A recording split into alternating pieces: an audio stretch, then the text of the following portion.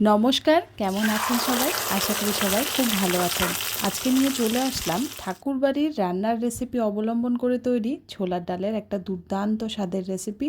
ঠাকুরবাড়ির রান্নার কয়েকটা খুব উল্লেখযোগ্য জিনিস রয়েছে, সেটা হচ্ছে এই রান্নাগুলোতে খুব বেশি জিনিসের দরকার হয় না, অথচ এই রান্নাগুলো কিন্তু দুর্দান্ত হয়, ঠিক যেন আগেকার দিনের কোনো একটা জাদুর ছোঁয়া থাকে এই রান্নাগুলোয়। চলুন দেখে নিই কী কী লাগছে।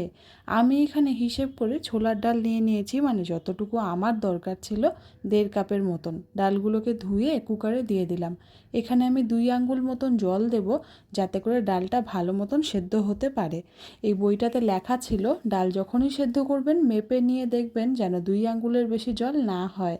এর মধ্যে নুন আর 2টো এলাচ দিয়ে সেদ্ধ করে ফেললাম। একদম সুন্দর মতন সেদ্ধ হয়ে গিয়েছে, খুব বেশি যেন গলে না যায়, আবার একদম গোটা থাকলেও কিন্তু এই ডালের স্বাদটা ভালো হয় না। এদিকে কড়াই বসিয়ে দিয়েছিলাম, কড়াইটা ভালো মতন গরম হতে আমি সবার প্রথমে এখানে ঘি দিয়ে দিলাম 2 টেবিল চামচের মতন।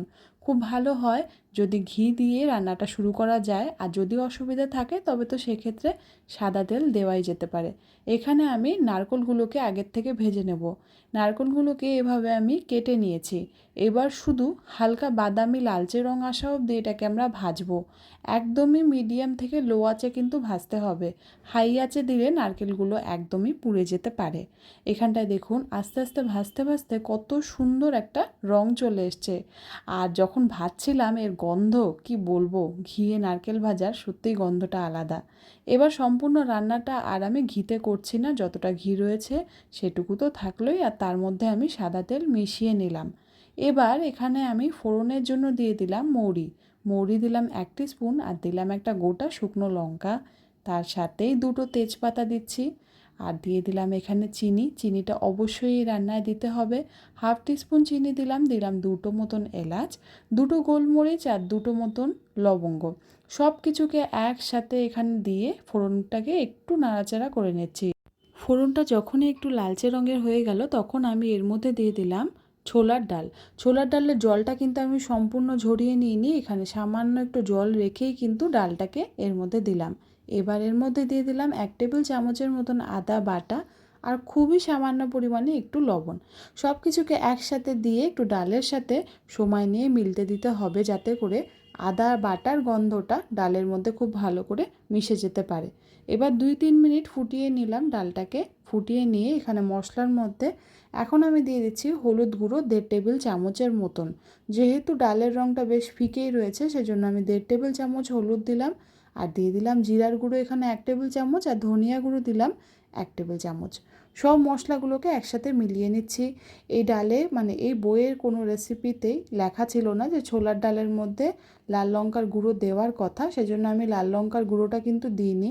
আপনাদের ইচ্ছে হলে আপনারা দিয়ে নিতে পারেন, তবে আমি দিইনি। আর এখানে শুকনো লঙ্কাটা দেওয়াই বলা আছে যে যথেষ্ট হবে, কেন কি এই ছোলার ডালটা একটু মিষ্টি স্বাদের হলে খেতে বেশ ভালো লাগে। এখানে আমি জল দিয়ে দিলাম মোটামুটি 1.5 কাপের মতন। যেহেতু জল দিলাম তাই এর মধ্যে আমি আবারও কিছুটা লবণ দিয়ে দিচ্ছি। দিয়ে একটা কাঁচা লঙ্কা চিড়ে রেখেছিলাম সেটাও মিলিয়ে দিলাম। যেটা প্রথমেই বললাম এই ডালের স্বাদটা একটু মিষ্টি মিষ্টি হয়, সেজন্য কাঁচা লঙ্কাটাও আমি খুব বেশি একটা দিইনি। এবার ভেজে রাখা নারকেলগুলোকে এর মধ্যে আমি দিয়ে দিলাম। নারকেলগুলো ঘিয়ে ভাজা ছিল, সেজন্য এটাকে কিন্তু একটু প্রথম দিকে দিতে হবে, তাহলে এই নারকেলের যে স্বাদটা সেটা ডালের মধ্যে খুব ভালোভাবে বসে যেতে পারবে। এখানে আমি গরম মশলা গুঁড়ো দিয়ে দিলাম 1 টেবিল চামচের মতন। এবার ডালটাকে খুব ভালো করে দেখুন ফুটিয়ে নিয়েছি। ডালের রঙটা কিন্তু খুব সুন্দরভাবে চলে এসছে। এখানে সবার শেষে আমি দিয়ে দেবো 1 টেবিল চামচের মতন ঘি।